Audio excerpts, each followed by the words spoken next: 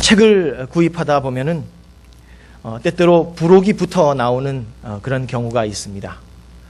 저자가 자신의 의도를 더욱더 풍성하게 드러내기 위해서 관련된 내용을 본문 뒤에다가 추가하는 경우를 부록이라고 말하지요.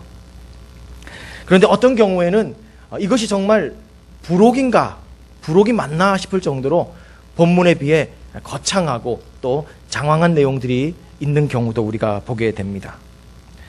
그 대표적인 경우가 바로 월간지일 것입니다. 매월 구독해서 보게 되는 그 월간지 말이지요. 여러분 모두가 아시는 것처럼 저는 책을 좋아하는 사람입니다. 그래서 어릴 때도 저는 수준 높은 월간지를 항상 이렇게 찾아 읽었습니다. 이름하여 소년중앙, 소년동화 그런 책들이죠. 아주 귀한 양서입니다. 아마도 여기 수준 높으신 분들 다 읽어보셨으리라 생각을 하는데요. 그 책들 중에 하나를 고르는 기준이 무엇입니까? 제게는요, 항상 그 별책 부록이 어떠한가, 그 부록이 얼마나 가득 찬 만화를 담고 있느냐 하는 것을 기준으로 항상 그것을 고르곤 했습니다. 제 인생의 부록이란 참 중요했습니다. 그런데 사랑하는 여러분, 오늘 우리가 펼쳐놓은 성경 속에도 부록이 있다는 사실을 여러분 아십니까? 그것도 결코 없어서는 안 되는 너무나도 중요한 부록이 성경 속에 있습니다. 바로 오늘 우리가 함께 읽었던 요한복음 21장이 부록입니다. 요한복음 21장은 요한복음의 부록이면서 동시에 복음서 전체의 부록이기도 합니다. 왜 이렇게 말할 수 있을까요? 그것은 바로 앞장인 요한복음 20장에 요한복음과 복음서 전체의 사실상의 결론이 들어 있습니다. 그러니까 20장에서 끝을 내도 요한복음의 구성상 문제가 하나도 없어요. 복음서 전체의 구조에서 문제가 하나도 생기지 않습니다. 한번 그 내용을 읽어볼까요? 요한복음 20장 30절 31절인데요. 제가 읽어보겠습니다. 이것이 과연 결론인가 아닌가 여러분 한번 확인해 보시기 바랍니다. 예수께서 제자들 앞에서 이 책에 기록되지 아니한 다른 표적도 많이 행하셨으나 오직 이것을 기록함은 너희로 예수께서 하나님의 아들 그리스도이심을 믿게 하려 함이요 또 너희로 믿고 그 이름을 힘입어 생명을 얻게 하려 함이니라. 아멘. 결론이 맞지요? 결론부로 조금도 손색이 없습니다. 오히려 요한복음 21장 마지막 절에 붙어있는 그 결론보다 훨씬 더 결론스럽습니다. 그런데 여러분, 왜 요한복음 20장에서 요한복음과 복음서를 끝내지 않고 요한복음 21장 이 부록이 한 장 더 붙어 있을까요? 우리가 그 의미를 헤아리려면 이 부록을 한번 떼보면 이해가 될 것입니다. 요한복음 21장이 없다고 한번 여러분 생각해 보십시오. 성경 속에서 요한복음 21장이 없다. 그러면요, 사고가 납니다. 그것도 엄청난 사고입니다. 요한복음 21장에서 갈릴리 밤바다에 빈배를 노젓는 그 제자들을 우리 주님께서 찾아오시고 그들을 다시 한번 영광스러운 사명 가운데 일으키지 않으셨다면요, 성경의 역사는 복음서 여기에서 요한복음 20장에서 끝이 나고 맙니다. 그러면 어떻게 됩니까? 그 뒤에 이어져야 하는 사도행전 불가능해집니다. 더욱이 사도행전이 없으면 어찌 됩니까? 교회가 일어날 수가 없는 것입니다. 우리의 존재를 여기에 둘 수 없는 상황이 오게 된다는 것입니다. 요한복음 21장 바로 이것이 없었다면요, 성경과 기독교 역사는 그저 갈릴리의 슬픈 노래, 갈릴리의 애가로 막을 내리고 말아야 한다는 것입니다. 이러한 의미에서 우리가 함께 펼쳐놓은 이 요한복음 21장은요 너무나 중요한 내용입니다.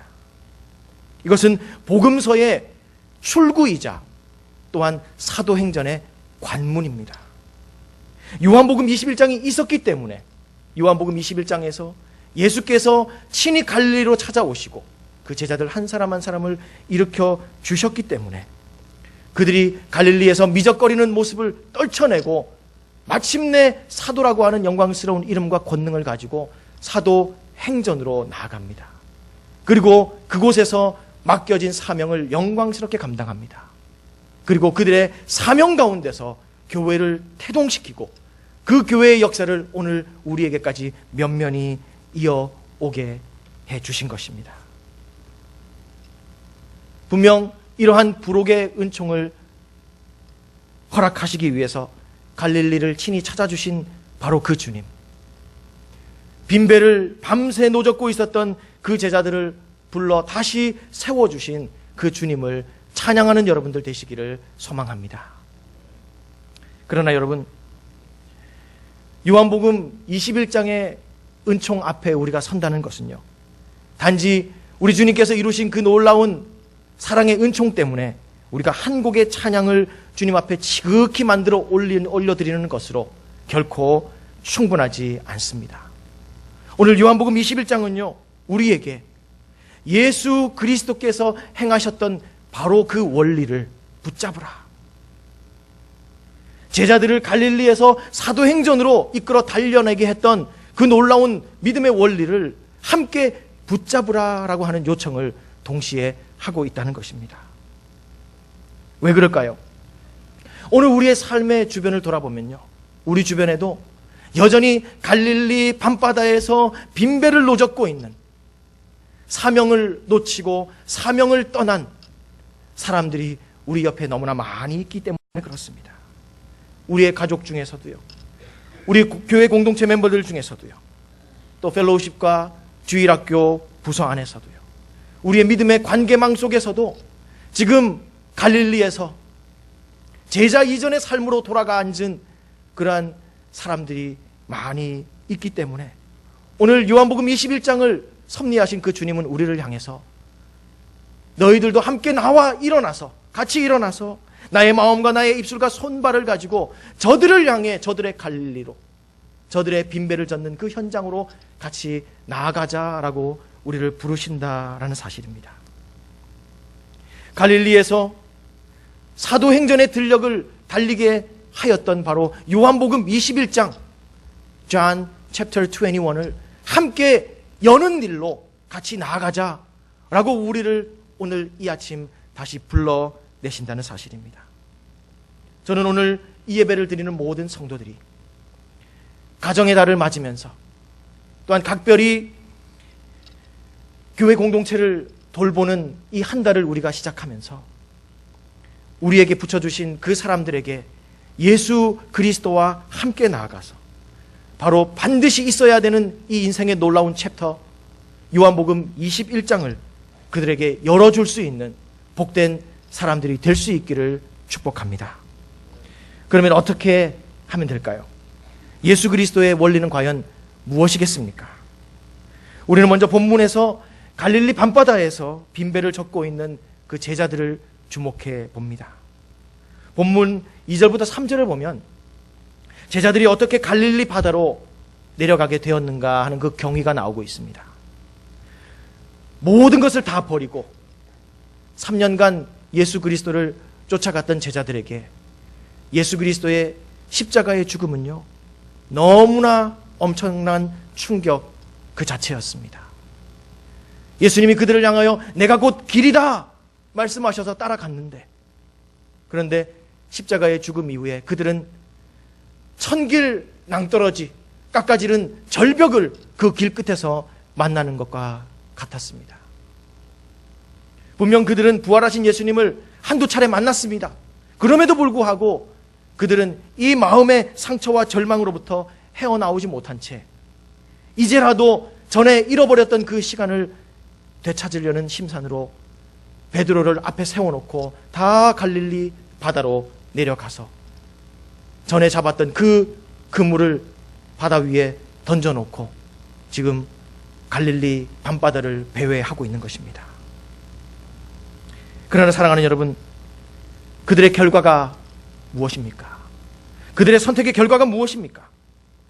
갈릴리의 밤은 점점점 깊어가고 있는데 그들의 배는 여전히 텅 비어 있습니다. 제대로서의 사명을 어깨에서 내려놓고 옛 삶의 방식인 그물을 대신 들쳐 업고 나아갔던 그들의 시간을 성경은 깊은 밤이었다 말합니다. 그들의 공간을 빈배였다라고 성경은 지적해 주고 있습니다. 여러분, 이것이 무엇입니까?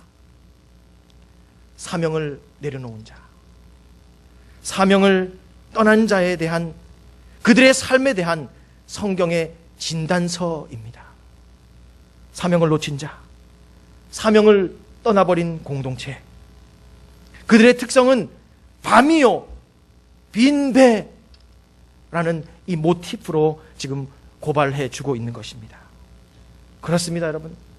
사명 밖에서는요, 우리의 시간은 밤일 뿐입니다. 사명 밖에서는 우리의 공간 빈배일 뿐입니다. 이것이 예수 그리스도의 관점이고 성경의 관점입니다. 우리가 주신 사명의 자리를 떠났음에도 불구하고 잘 되어 간다고요. 그래서 나는 인생의 황금기를 지금 맞이하고 있는 것 같다고요. 내 배는 지금 만선이라고요. 그러나 우리 주님 보시기에는 그 시간 밤이라고 말씀하십니다. 그 공간은 빈 배라고 말씀하십니다. 사랑하는 여러분, 우리는 지금 어떠한 시간과 공간을 살아가고 있습니까? 우리의 가정과 우리의 교회 공동체는 지금 어떤 모습입니까? 특별히 이 복음서를 기록하고 있는 저자 요한은요, 제자들이 그들의 사명, 곧 사람 건지는 복음의 그물을 내려놓고서 물고기 건지는 그 그물을 잡고 있는 동안 그들의 내면 속에 아주 중요한 특징 하나가 돌아가고 있었다라고 말씀합니다. 4절에 보니까요, 날이 새어갈 때에 예수께서 바닷가에 서셨으나 제자들이 예수이신 줄을 알지 못하는지라, 그렇게 지적을 합니다. 예수이신 줄을 알지 못한다. 여러분, 사명을 떠난 자리에 가 있는 것, 사명을 떠난 시간에 가 있는 것, 그것이 정말로 문제인 것은 무엇입니까? 일이 잘 되고 안 되고의 여부가 가장 중요한 관건이 아닙니다. 바로 사명을 떠난 그 자리, 그 시간에는요, 예수 그리스도께서 임재해 계셔도 그것을 결코 알 수 없다라는 사실 때문입니다. 그것이 문제 중의 문제입니다. 여러분, 여기에서 지적하는 안다라고 하는 이 단어가 어떤 뜻입니까? 헬라어로 에이도라고 하는 이 단어인데요, 신약에서 믿음과 관계에서 너무도 중요한 단어입니다. 에이도, 이 뜻인즉 보다, 알다, 체험하다. 우리가 주님과의 믿음의 관계 속에서 할 수 있는 모든 것이 이 에이도라고 하는 이 동사에 다 들어 있습니다. 그런데 오늘 제자들은 어떻습니까? 사명의 자리를 떠나자 그들은 예수께서 임재해 계셨음에도 불과 한 100여 미터 떨어져 계시는데도요, 그들은 예수 그리스도의 임재를 결코 체험하지 못했다라는 것을 말합니다. 그리스도가 누구십니까? 우리의 생명의 근원이십니다. 그 생명의 근원에 지금 연결되어 있지 못하는 상태다라고 말하고 있습니다. 사명을 떠난 자리는 이런 것입니다. 사명을 떠난 시간은 이런 것입니다. 바로 예수 그리스도 생명의 근원에 연결되지 못한 상태가 되어버린다는 것입니다. 그래서 혹자는 사명을 놓치는 그리스도인들을 바라보면서 전원 연결선이 빠진 기계와 같다, 그렇게 말하는지도 모르겠습니다. 여러분, 전원이 연결되지 않는데 어찌 그 기계가 돌아가겠습니까? 사명은 이런 것입니다. 그런데 여러분, 때때로 그런 경험을 하시죠? 나는 분명히 하나님께서 명하지 않은 사명의 자리를 떠나왔는데, 그런데 잘 되어가는 것은 어떻게 해석할 것이냐고. 여러분, 만일 전원이 빠진 기계가 잘 돌아간다면요, 우리는 그것을 전문용어로 뭐라고 말합니까? 한번 따라해 볼까요? 고장이다. 그렇습니다. 고장입니다. 여러분, 사명의 자리를 떠났는데 뭔가 잘 된다고요? 그건 더 문제입니다. 고장이기 때문에 그런 것이죠. 전원만 연결하면 잘 돌아가는 상태가 더 낫지, 아예 고장난 상태면요, 더 힘든 것입니다. 여러분, 지금 우리는 우리의 사명을 통해 그리스도 예수께 잘 연결되어 있습니까? 우리의 배우자와 우리의 가족들은, 우리의 자녀들은, 또한 우리 함께 묶어주신 성도들은 이 사명과 함께 예수 그리스도께 단단히 플러그인, 연결되어 있는가 하는 것입니다. 바로 그 연결에서 빠져있는 자들, 우리 주변에 살고 있다면 오늘 요한복음 21장은 우리를 향해서 요청하고 있습니다. 주님과 함께 그들에게로 나아가라고 말씀입니다. 그들의 갈릴리로 찾아가라. 그들의 빈배를 향해 나아가라. 그렇게 우리에게 요청한다는 것입니다. 요한복음 21장의 은혜를 이미 입은 우리들이라면 이제는 그 은혜를 입어야 하는 자들을 바라보아야 합니다. 그들의 갈릴리로, 그들의 빈배가 있는 자리로 함께 나아가야 합니다. 이 복된 믿음의 걸음을 걸어 나아가는 뉴라이프 가족들 되시기를 축복합니다. 그렇다면 어떻게 해서 우리가 그들을 찾아갈 수 있을까요? 예수 그리스도와 함께 그들에게 나아가는 방법은 과연 무엇이겠습니까? 어떻게 해야 그들을 사명의 자리로 다시 이끌어낼 수 있을까요?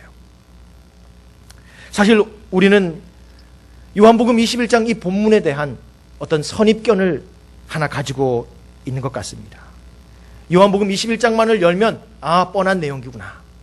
예수께서 베드로에게 3번 나를 사랑하느냐 물으시고 내 양을 먹이라라고 사명을 주시는 바로 그 내용이겠구나 생각하기 십상입니다. 물론 지금 부활하셔서 승천을 앞두고 계시는 예수님께 이 제자들이 놓치고 있는 이 사명, 그들에게 다시 한번 되찾아 맡겨주시는 것 너무나 중요한 일입니다. 급선무지요. 특별히 사명을 내팽겨치고 도망친 그 제자들을 향해서 우리 주님 얼마나 답답한 마음이 계셨겠습니까? 특별히 3번이나 부인했던 베드로를 향해서는 얼마나 큰 분노까지 있으셨겠습니까? 그래서 정말 우리 주님은 마음 같아서는 그들을 저 100여 미터 앞에 세워놓고서 내가 마지막으로 경고하건대 마지막 기회를 너희들에게 주는데 이제 제대로 해. 그렇게 불호령을 내리고 싶으셨을지도 모릅니다. 또한 그들에게 빼곡히 채워진 잡 디스크립션을 내어 맡기면서 이거 하나하나 다 실천하고 천국으로 와. 그렇게 말씀하고 윽박지르고 싶으셨을지도 모릅니다. 그러나 우리 주 예수 그리스도께서는요, 그 제자들을 향해 그렇게 하지 않으셨습니다. 창조주이신 예수님께서, 우리를 친히 만드셨던 그 주님께서는요, 한 사람에게 진정한 사명의 길이 결코 이렇게 열리는 것이 아님을 아셨기 때문입니다. 사람을 향해서 큰 소리로 권위를 가지고 이 일을 해야 한다라고 명하는 것, 그리고 업무 분담 빼곡히 채워서 내어놓는다고 그들이 사명을 즐거이 주님의 영광을 위해 감당할 수 있는 것이 아님을 아시고서 우리 주님은 다른 방법을 사용하고 계십니다. 그보다 먼저 한 일이 있었습니다. 그것이 무엇입니까? 4절 이하를 보니까요, 우리 주님 예수 그리스도께서는 날이 새어갈 즈음에 그 바닷가로 찾아오셔서 50칸 약 100여 미터 정도의 거리를 두시고 제자들을 바라보며 서셨습니다. 그들의 눈에 띄기까지 서 계신 것이지요. 그리고 그 주님의 눈앞에 제자들의 모습이 적나라하게 드러납니다. 지금 제자들은 어떤 상황이었습니까? 밤새워 철야 작업을 했기 때문에 그들은 너무 피곤해 지쳐 있었습니다. 배전에 부딪혀오는 파도와 싸워야 했기 때문에 온몸은 축축이 젖어 있었습니다. 또한 빈배에서 하나도 건져 먹을 것 없는 그들은 지금 심한 허기 가운데 시달렸을 것입니다.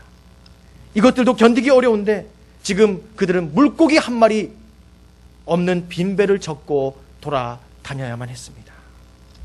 그들의 마음 역시도 이 빈배와 같이 허전했던 것이죠. 아이들의 밀린 학자금은 어떻게 할 것인가? 어머니 병원비는 어떻게 할 것인가? 독촉되는 집 렌트비는 어떻게 갚을 것인가?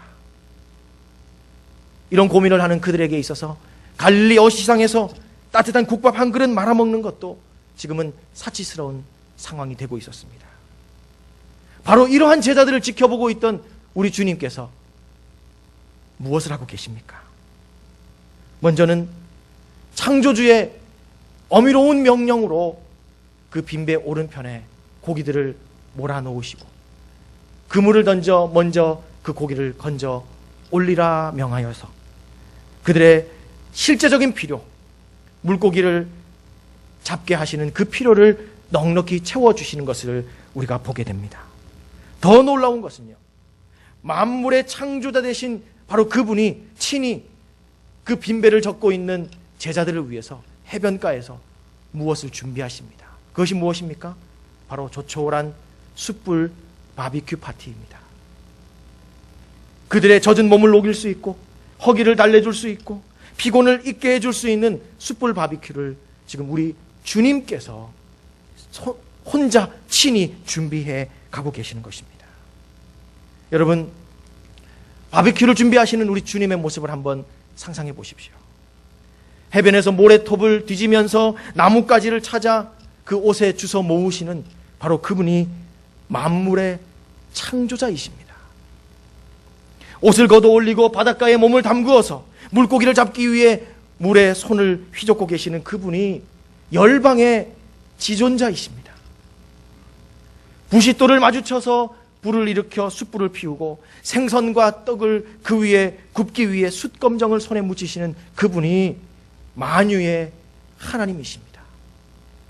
더욱이 지금 그 주님의 손과 발은 십자가 그 못에 관통되어서 아직도 아물지 않은 그 손발이 아닙니까?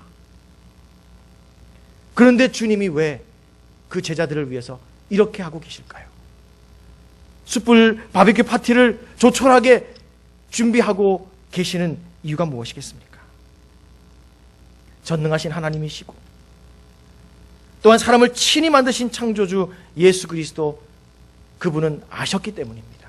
무엇을요? 사람에게 있어서 사명은 강요한다고 되는 것도 아니며 잡 디스크립션이 분명하다고 되는 것도 아님을 아셨기 때문입니다. 사람 안에 먼저 전인적인 필요가 채워지고 인격적인 부흥이 먼저 선행되어질 때에 그 위에 진정한 사명이 마침내 설 수 있음을 우리 주님은 아셨기 때문에 그들에게 먼저 이러한 실제적인 필요, 신체적이고 정서적인 필요를 먼저 채우기 위해 이 수고를 감당하셨다는 사실입니다. 사랑하는 여러분, 사명을 누군가에게 제시하는 우리들의 귀한 사역 가운데서 혹시 이 과정이 빠져 있지는 않습니까? 이 과정이 생략되어 있지는 않습니까? 아마도 여러분 여기에 모이신 분들 중에 김씨성을 가진 분들 많이 계실 겁니다. 그리고 다양한 본들이 또 있으실 거예요. 그런데 여러분 혹시 가는 김씨라는 본을 들어본 적이 있습니까? 김씨 중에 가는 김씨가 있습니다. 제가 서울에서 목회할 때 함께 사역했던 선배 목사님, 가는 김씨였습니다. 왜 가는 김씨인가 하면요, 교역자실에 함께 있다가 누군가가 하나 자리에서 일어나잖아요. 너 어디가? 어디 가는데요? 커피 한 잔 뽑아와. 가는 김에. 그렇게 말합니다. 가는 김에 창고에서 내 자전거 먼지 좀 털고 와. 그리고 가는 김에 이 보고서 사무실에 제출하고 가. 그래서 가는 김씨입니다. 여기에는 그 가는 김씨 종친들이 없으시기를 저는 바랍니다. 우리가 그분과 즐거이 동역할 수 있었을까요? 안타깝게도 즐거운 마음으로 동역할 수가 없었습니다.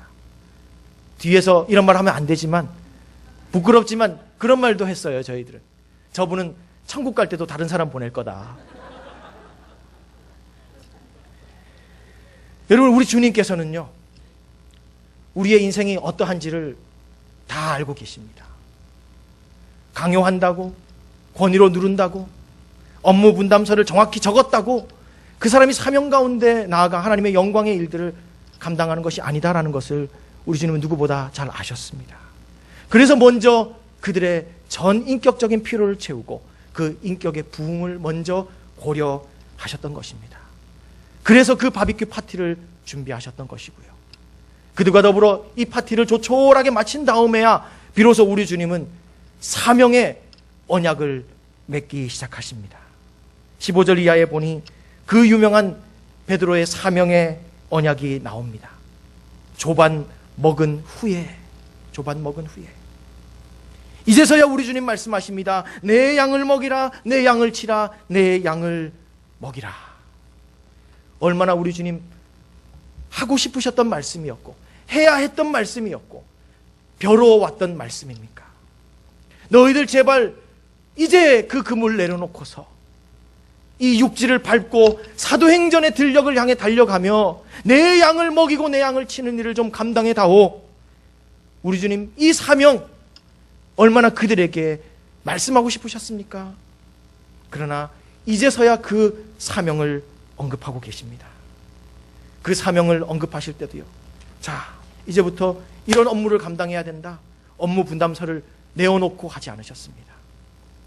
바로 베드로와의 사랑의 관계의 회복을 하시면서 또 그 사랑에 호소하시면서 지금 이 사명을 세워가고 계십니다. 네가 나를 사랑하느냐? 이 질문을 3번씩 물어 확인하면서 그를 마침내 사명으로 초대하고 계시는 것입니다. 관계의 회복 위에 사명을 세우고 계시는 것을 보게 됩니다. 여러분, 이것이 얼마나 중요한지 우리도 우리의 일상을 통해서 적잖게 깨닫고 있는 것 같습니다. 우리가 무슨 일을 할 때, 누군가에게 일을 부탁받을 때에 동일한 일인데도 불구하고 관계가 있는 사람, 관계가 없는 사람이 부탁해 왔을 때 그 응답과 반응이 다른 것을 우리는 압니다. 똑같은 일인데도요, 관계없는 그에게 노라고 했던 것을 관계가 있는 사람이 부탁해 올 때 내 마음속에 즐거운 마음으로 예스하게 되는 그런 경우들을 우리 많이 경험하지요. 무엇의 문제가 아니라 누구의 문제입니다. 왓의 문제가 아니라 후의 문제입니다. 곧 관계의 문제라는 것이죠. 주께서 우리에게 허락하여 주신 이 귀한 사명들을 풀어가기 위해서, 영광스럽게 그 사명 이루기 위해서 우리는 먼저 이 관계의 회복, 이 관계의 부흥을 먼저 가져야 된다라는 사실입니다. 특별히 사랑하는 여러분, 우리 주님께서 베드로에게 사명을 주시면서 내 양을 먹이라 그랬습니다. 내 양을 치라고 하셨습니다. 내 목장을 맡아라. 내 목장 운영과 관리를 잘해라. 내 양의 숫자를 늘려라.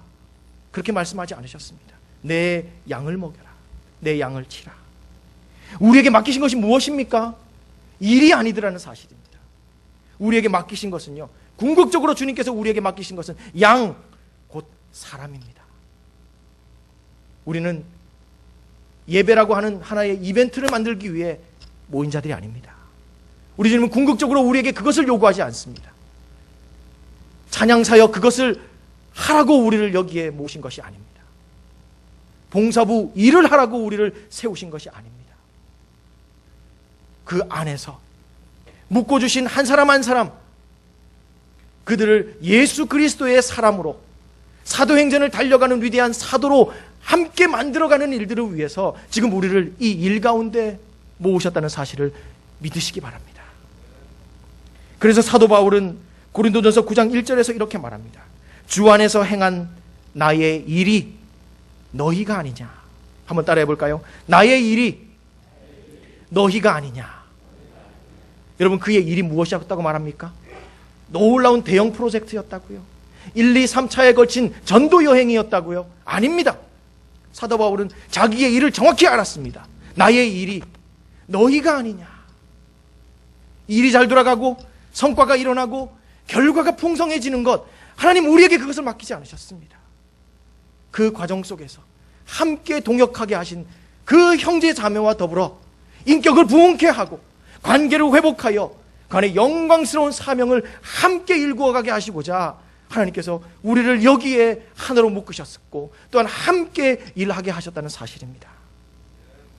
에베소서 4장 13절에서도 분명히 말합니다. 우리가 다 하나님의 아들을 믿는 것과 아는 일에 하나가 되어 온전한 사람을 이루어 그리스도의 장성한 분량이 충만한 데까지 이르리니.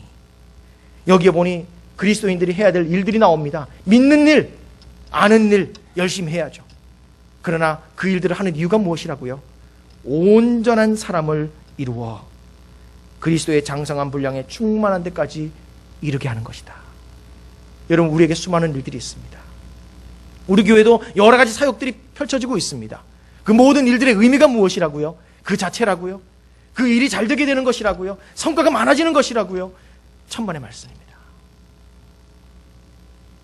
그 일을 하게 하신 것은요, 그 일 가운데 함께 하나 되게 하신 그 사람 한 사람 한 사람을 온전한 사람으로 만드는 것이다. 예수 그리스도의 장성한 분량에 충만한 데까지 이르게 하는 것이다. 무엇을 하고자 하십니까요? 예수 그리스도의 장성한 분량에 충만함에 이르러서 바로 예수 그리스도의 신실하고 온전한 신부가 되게 하시려고 이 일들을 우리에게 맡기고 계신다는 사실입니다. 여러분, 그리스도인들에게 있어서 죽음은 무엇입니까? 열린 천성문을 통과하여 나아가는 그 경험은 과연 무엇입니까? 그것은요, 어린 양 예수 그리스도와의 결혼식이라고 사도 요한은 분명히 보았습니다. 그렇습니다. 우리는 이 생에서 우리의 삶의 수완을 마친 다음에는요, 저 천성의 결혼식으로 나아갑니다. 그러하기에 죽음은 우리에게 두려운 경험이 아닙니다. 영광스러운 경험입니다. 그런데 바로 그때에 우리 공동체 안에서 저 천성으로 부름을 받아 주님 앞에 나아가는 형제 자매들이 있을 때에 그들을 바라보면서 우리 주님께서, 아니 어찌된 일인지 이 가정과 이 교회 공동체로부터는 어찌 이토록 아름다운 나의 신부들이 준비되어 올라온다는 말인가? 우리 주님께서 우리의 가정과 우리의 교회를 그렇게 칭찬할 수 있다면요, 얼마나 아름답고 영광스러운 일이겠습니까? 우리 모두가 예수 그리스도의 신부를 단장시키는 들러리로서 여기에 부름을 받았고요, 우리에게 맡겨주신 모든 일들이 다 그 일 가운데서 한 사람 한 사람을 예수 그리스도의 신부로 단장시키고 준비시켜주는 일이라는 사실을 여러분 놓치지 마시기를 간절히 소망합니다. 마지막 날 한 사람 한 사람이 나아갈 때에 우리 모두가 그를 바라보면서 하나님의 아름다운, 주님의 아름다운 신부로 나아가는 귀한 형제 자매의 모습이 오히려 부럽기까지 합니다. 그런 고백이 있어야 되지 않겠습니까? 또한 먼저 공동체를 두고서 떠나가야 하는 자는 둘러 모인 자들을 바라보면서 그 손 꼭 잡아주면서, 나를 이렇게 예수 그리스도의 아름다운 신부로 준비시켜 주신 목사님, 장로님, 권사님, 집사님 감사합니다. 그런 고백이 서로 오가야 하지 않아야겠습니까? 이 시간 우리 옆에 있는 분들을 바라보면서 그렇게 고백하십시다. 당신은 주님의 신부입니다. 이제 중요한 고백이 되어집니다. 나는 당신의 들러리입니다. 그렇습니다. 우리는 이렇게 여기에 모여 있는 것입니다. 특별히 말씀을 덮기 전에 우리의 눈과 마음을 던져야 될 한 가지 내용이 더 있습니다. 예수 그리스도께서 갈릴리 해변에서 제자들을 위해서 숯불 바비큐를 준비하시고 또한 그 숯불 바비큐 안에서 사명을 회복시키시는 이 아름다운 에피소드 중에는요, 사실 사도 베드로에게 정말 마음에 걸리는 두 가지가 있었습니다. 하나는 숯불이었고요, 하나는 3이라고 하는 숫자였습니다. 오늘 이 본문 속에서 숯불이라고 하는 헬라어는 안트라키아라고 하는 단어인데요, 신약성경 모처에서 꼭 한 번 더 이 단어가 쓰여졌습니다. 어디에서 쓰여졌을까요? 바로 예수 그리스도를 3번 부인하던 그 현장에 베드로 앞에 활활 타오르고 있었던 것이 바로 안트라키아, 바로 그 숯불입니다. 여러분, 예수 그리스도께서 충분히 의도하셨다는 사실을 깨닫지 못합니까? 깨달을 수 있지요. 그 숯불은요, 사도 베드로에게는요, 배신의 아이콘, 실패의 아이콘입니다. 그런데 그 숯불을 피워놓고 이제는 이 숯불을 사랑의 숯불이요, 언약의 숯불로 만회시키는 주님을 우리는 봅니다. 3이라는 숫자, 징그러운 숫자입니다. 그런데 우리 주님께서 3번 부인하였던 베드로에게 몇 번 사랑을 확인케 하십니까? 3번 물으십니다. 여러분, 사명을 놓치고 떠나가는 길에 때때로 우리를 두고 간 그들은요, 우리에게 실패와 실수를 안겨줬을 수도 있을 것입니다. 그러나 우리 주님은요, 그들의 실패와 실수를 지금 이렇게 다루고 계십니다. 만회할 수 있는 기회를 주시고요, 그 숯불의 의미가 만회되고 3이라는 숫자가 회복된 이후에 베드로는 정말로 거꾸로 십자가에 달려 죽기까지 우리 주님께서 열어주신 그 사도행전의 대로를 힘있게 날마다 믿음으로 걸어갈 수 있었던 것입니다. 이것이 바로 진정한 사명의 부흥인 것입니다. 말씀을 맺겠습니다. 바비큐와 사명. 이것은 바로 예수 그리스도께서 갈릴리의 제자들을 사도행전의 사도로 이끌어내신 검증된 원리요, 또한 공인된 원리입니다. 우리도 이 원리를 잡아야 합니다. 이 순서를 뒤집지 말아야 합니다. 인격의 부흥과 관계의 회복, 그것을 먼저 이루고 그 위에 영광스러운 사명을 세워가야 할 것입니다. 여러분, 이 시간 손을 내밀어서 펼쳐놓으신 성경을 붙들고요, 요한복음 21장을 한 장 넘겨보시기를 바랍니다.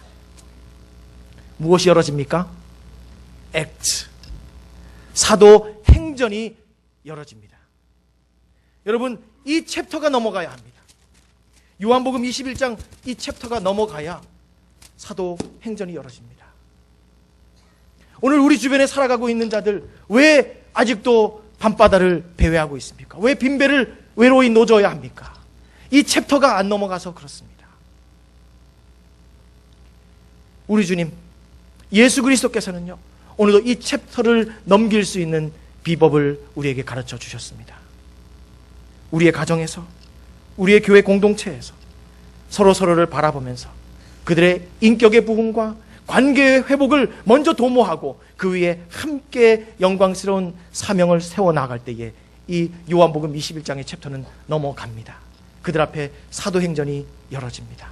우리의 가정마다, 우리의 교회 공동체 안에 이 요한복음 21장의 두터운 챕터, 이것이 넘어가는 복된 소리가 여기저기에서 주님 앞에 찬양처럼 올려지는 복된 공동체가 될 수 있기를 주님의 이름으로 축복합니다. 함께 기도하겠습니다.